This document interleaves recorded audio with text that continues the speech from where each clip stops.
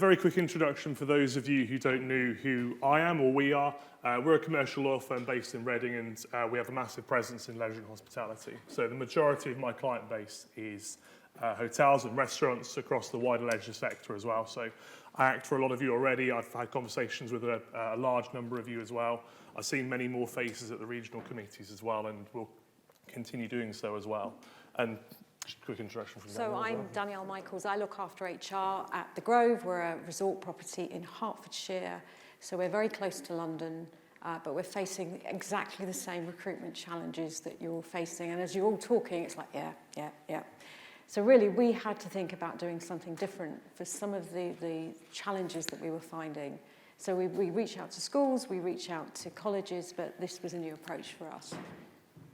So affected by Brexit and COVID, we had a sponsor license. We had the foresight to get a sponsor license just before COVID. We brought in an Asian speciality chef. And then we found Chris, who's been amazing. Okay, so we're going to, like I said, a very quick whistle-stop tour through the immigration system. I'm going to focus on what's called the skilled worker route, which is a sponsorship share system effectively. So for those of you who have a sponsor license, you'll know precisely what we're talking about. You've probably used it yourselves.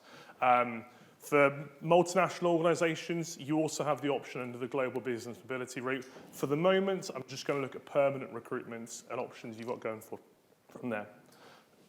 So we're going to start with looking at how the system's changed after the UK left the European Union.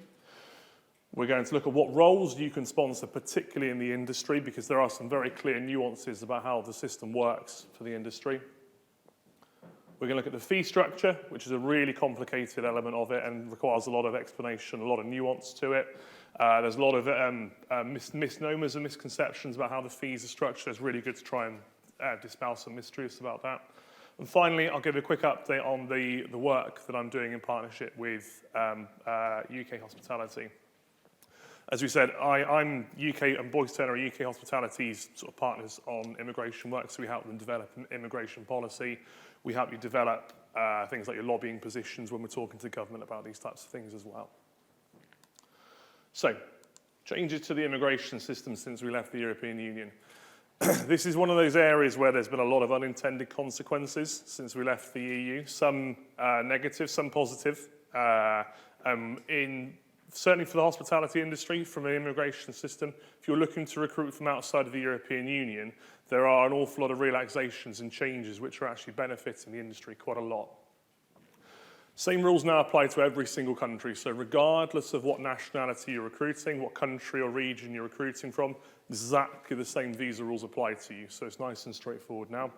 Obviously, the big downside is we no longer have freedom of movement, so we've lost effectively access to 600 million people overnight as a result of leaving the European Union. One of the biggest pluses of leaving the EU is that we're no longer a requirement to conduct a resident labour market test. So previously, if you wanted to use the sponsorship system, you had to prove to the Home Office that you tried to recruit locally, and you could not do so. That effectively became a rubber stamping exercise because of the way that the system was structured. It was very easy to engineer the advert so that basically no one local was able to apply because you had a particular candidate in mind. Now, that's not to say that it's a way of circumventing recruiting locally. Same thing I always say to all of my clients is that the default should be you should be recruiting locally. Recruiting overseas is the next option if you're struggling to recruit locally. Because of the cost, because of the complexity, it should not be the default. It's a great option once you've exhausted your local recruitment options, though. As I said, one of the things that you can do is offer sponsorship on an awful lot more roles. So it's expanded the roles, and the particular areas in the kitchen is where we really see a lot of changes. So before we left the EU, the Home Office had real issues trying to get to task with how they considered chefs in particular. And where they sat within the skills threshold. The Home Office went through several different iterations of where they considered chefs as skilled, whether you could provide a takeaway or a pickup service or not, whether you needed to be working at exec chef level or you could work at head chef. Now, the system is much more simplified. You can, in the kitchen, and we'll look at the other roles in a bit more detail, you can effectively recruit from junior CDP, demi-CDP and above. So you've got a much wider range in the kitchen. And then finally, we've got an awful lot more digitisation of the immigration system. So this is an ongoing piece of work the Home Office are working on Those of you who use the sponsor management system know that it's an old, clunky, terrible, awful system to use on a daily basis. The Home Office are in the process of modernising that and bringing it more in sort of relevant with what you would normally expect of an IT system.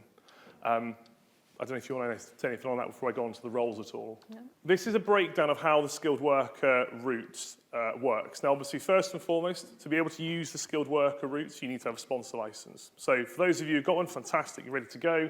For those of you who don't, think about the license as you go through this. In order to be eligible to sponsor someone under the skilled worker routes, you need to score 70 points, basically. Well, you and the candidate need to score 70 points.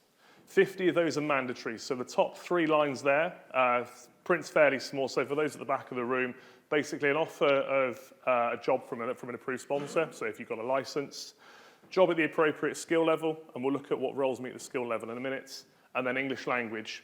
So the English language benchmark for the skilled worker is B1. By no means is that entirely fluent, but it's certainly very competent, and you should have no issues at all having a conversation or being able to write or read in English. So it's a good standard, but not by no means fluent. And there are also tests that you can send out. Yeah, there's very, very specific tests, and that's quite often where candidates start to fail, they'll take the wrong test, and you have to advise them on the right areas. So candidates can prepare before they actually take the test. We had a candidate who failed the first time, but we then sent them the test, so they passed the second time. Yeah. Now, the key here, and this is where I'm going to pass over to Danielle in a second, is around the salary thresholds. So the real skill and the real nub with the way that the point systems work is how you score your points, basically.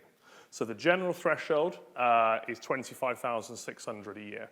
That's on the basis of a 39-hour week. You pro it up if you're going to contract them to work more hours. The skill and the real nub of it comes down to what these other areas work into and where you've got options there.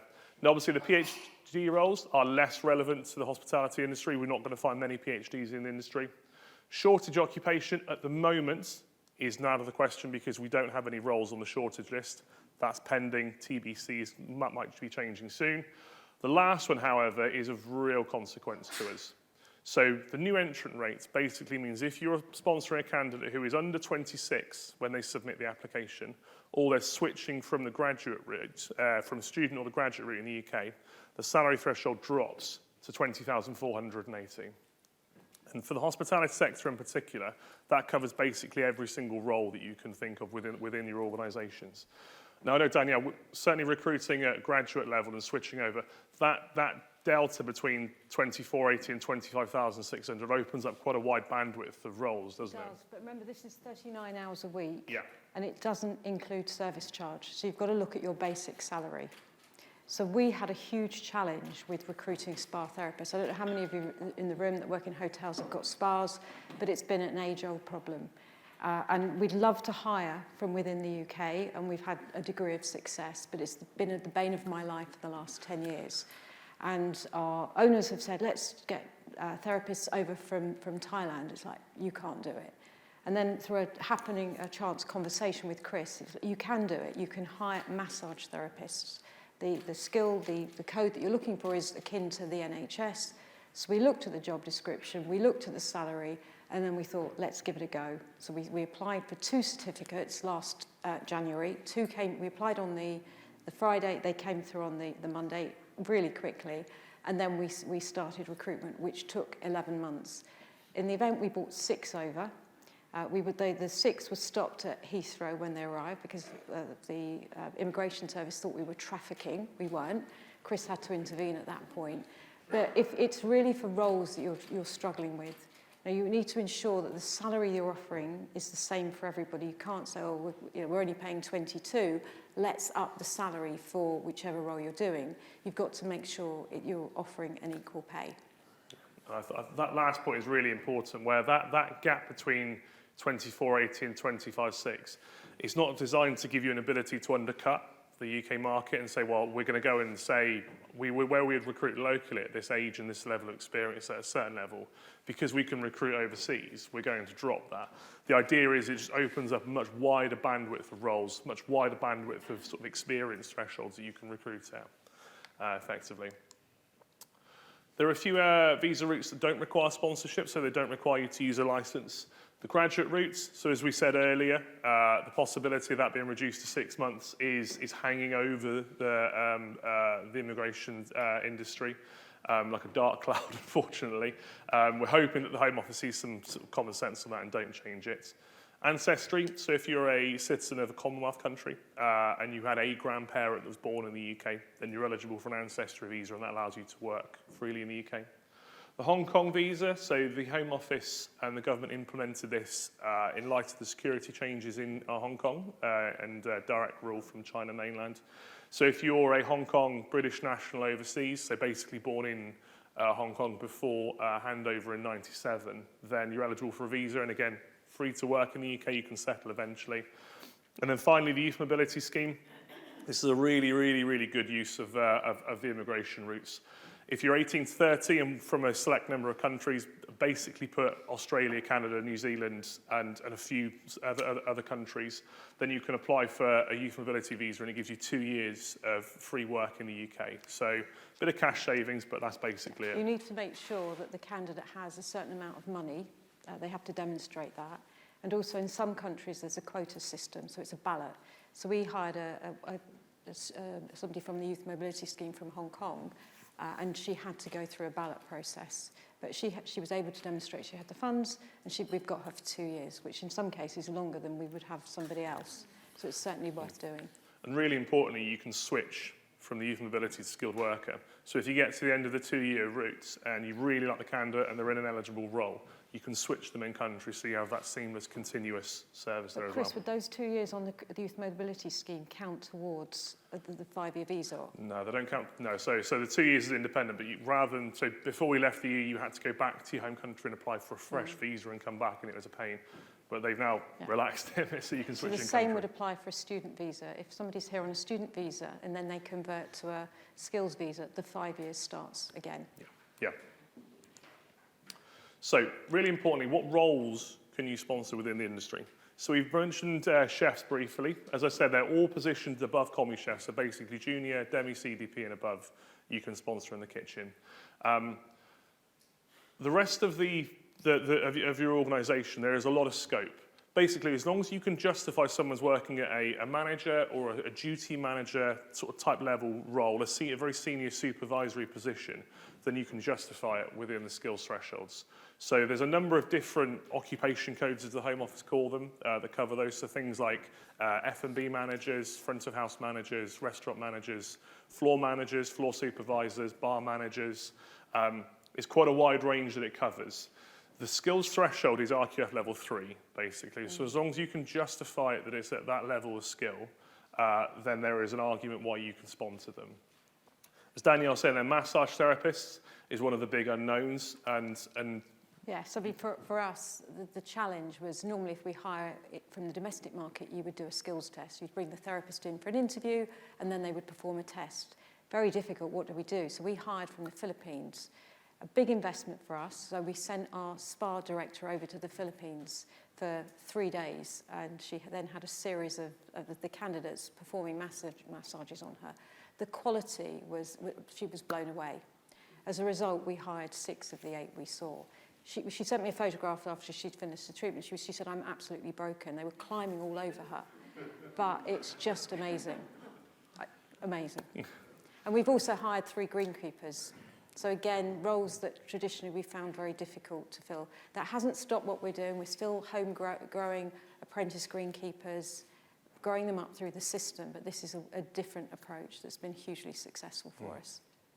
And the biggest thing really is that you've got to really think about what type of organisation you are and what services you're offering in your establishment. So if you've got a spa, you've got options of massage therapists. If you've got a golf course, then you've got option for greenkeepers. If you're a big, large country estate, you've got facilities and estate managers that you can look at as well. So there's a lot of different areas, depending on what type of organisation you are, that you can look at to use the immigration system. What you really need to think about is how you integrate these people into your organisation, because they're leaving one culture and coming into another. They're leaving families behind. You've got to look at accommodation, where you can put them up. So there's lots of things to consider when you start on this journey. Now, there's also the no list, obviously. Slightly Oddly, cooks isn't considered skilled. Now, define the difference between a cook and a chef. I'll leave that for the Home Office to try and figure out. I've put a question mark next to sommeliers because this is one of the great issues with the immigration system, and we've had these conversations basically at every regional meeting that I've been to. So the Home Office, on their skills thresholds, consider sommeliers an unskilled role. So they put them in the same occupation code as waiting staff. However, that's not to say that you can't recruit a sommelier under the skilled worker route. You recruit them as a bar manager. So it's not to say that you're just fudging the rules to try and fit them in. You've got to recruit them as a bar manager. You've got to make sure that they understand fully what the deal is, and that, yes, you're going to be advising on the wine list, but you are fundamentally the bar manager for us. You're one of a cohort of bar managers. And this is one of those really good examples where you've got to think creatively about how you're using the system. You've really got to think about how you're structuring the roles. Certainly by no means are we saying that you need to sort of like create a false job description to try and meet the immigration rules. Not at all. Completely the opposite. But just think carefully about what actually someone is doing. What's the skill level of their job? What is the actual functionality that they're doing within the role? And when you start to break it down and when you start to look at the actual individual items that someone's doing, you can say, well, actually, they're doing this type of role, and then you can justify it under the immigration rules. If you bring somebody over in a particular role, they have to stay in that role. So one of our massage therapists put her hand up over Christmas and said, I'd like to go work in food and beverage. It's like, you can't do that. My name's on the sponsor license. That's just a restriction you need to be aware of. Yeah. So the fee structure is quite an interesting element to it. Now, I've just put up there the two sets of fees, basically. So then the in-country ones are ever so slightly different. Now, there's a lot of nuance to this. There's a lot of different ways you can manage this. And the biggest thing that I say to every single client that I talk to is that on the face of it, when you look at the fees, it is a lot of money. And fundamentally, the cash that you outlay at the beginning of the process is a lot of money. Okay? So if you're doing a 5-year visa for a single applicant coming over, and you're considered what would be a large organisation, then you're looking at just under £10,000 for the government fees. And that's all payable up front on a credit card, basically. So it is a large cash amount of money that you happen to outlay at the beginning. However, the real knowledge and the real skills comes into how you actually manage those fees going forward. So the certificate of sponsorship fee and the skills charge fee are costs to you as a business. You cannot pass that on to the candidates. The skills charge is partially refunded if someone leaves you within their period of time with you. So if you sponsor someone for, say, a 5-year visa, you're paying £5,000 for the skills charge. They leave you after 2 years, you get £3,000 back from the Home Office. So there is a certain degree of protection around that cost, and you can see that as an investment. The 364 there that I put there for small businesses. So the small business rates apply for anyone that meets sort of the definition in law. So you're considered a small business if you have any two of the following three, basically. So if you have 50 employees or fewer, your turnover is 10.2 million or less, or your net assets are 5.1 million or less. So if you meet any two of those three, then you're eligible for the small business rates. And as you can see, it's a fairly sizable difference. So if you can possibly justify meeting the small business rates, it's always worth looking at it. The second two there, so the application fee and the priority service fee, and then the health surcharge as well. You can manage those effectively however you want to. So on the one swing of the pendulum, you can say that you'll cover the entire cost yourself, just as an incentive to attract someone. The other swing of the pendulum, you can pass that cost on to the candidate. Obviously, realistically, the majority of candidates are going to be fairly hesitant about paying a large amount of cash up front to move to the UK. So quite often, we see the pendulum swing somewhere in the middle. Now, what the middle looks like typically is you'll have things like recovery charges from the individuals. So you'll agree a system with the individual where they repay you over the course of their time with you. You can also write things into their contracts whereby if they leave you within a period of time, then they repay the difference of what's left effectively. And this is something that we've done quite a lot of work on with your team as well. Which is what we did. So the candidates that we talked to in the Philippines were very hesitant. There had been lots of companies that had approached them to say, give us your money up front. So we were a breath of fresh air. We said, no, we will pay it, but then if you're happy with your agreement, we will recover that over the lifetime of the visa. So we were, do we go for 5 years? Do we go for 3 years? It's a big commitment on both parts, a bit of risk. So what we went for is the 3 and then the 2. But again, this is life-changing because you've got them for 3 years, you renew for 3 years, for 5 years, and then they can apply for settlement, and then they can bring their families over. And that's what they're doing. And their earnings potential in the UK is far greater. And what's happening is they're sending money home, dependent on the time of year they join. They join towards the end of the tax year. For the first few months, they're under their thresholds. They're earning quite a lot of money. And that's just an illustration, basically, of what I said there. So when the fees go out, you'll see the split and how they're clawed back as well. So you've really got to think carefully about the way the fees are structured. And like I said, the headline figure, when you look at it initially, it's a large amount of cash. But when you actually look at the breakdown of it and when you look at how the fees are structured, it becomes an awful lot more palatable. And any fees that you pay for on behalf of the candidate can go to your balance sheet. They don't have to go to the P&L. Yeah. That's one thing we were saying about earlier as well, in terms of how you view this as an investment and a return on your investment effectively. And we're looking at basically a year in terms of the ROI with the massage team, aren't we, from the costs and the increased revenue. So we've got a therapy team of 20. So we've been short for as long as I can remember. The therapists started to become operational from December, so that's almost 3/4 through our financial year. By the time we get to the end of the financial year, we've recovered that.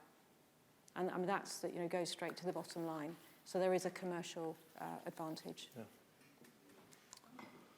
And that's just an example scenario again of how the fees are structured. So in this case where the chef's coming over with their partner, so that's the government fees as they're structured there, and I've explained there the breakdown of how that works. So obviously the 5199 is your cost as the business, and then the applicant's liable for the rest.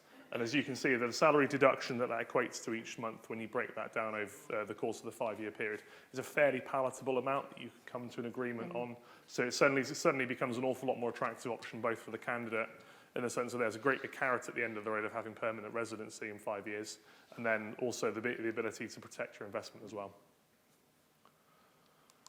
And then finally, just a quick update on where we are with the UKH licence and the application for an internship licence. So for those of you who don't know what sort of the background is to this, if you're in the hospitality industry and you're trying to recruit an intern to come to do an internship with you from overseas, so basically they're studying overseas and they want to come to the UK for their internship, at the moment it is impossible to get a visa to do that. There are two general internship providers that do visas for them. Both of those are specifically restricted from placing candidates into the hospitality sector. That's a restriction placed on them by the Home Office. So what we're trying to do, and what we've been working on for probably about the last 18 months now, John, do you think? Somewhere around there.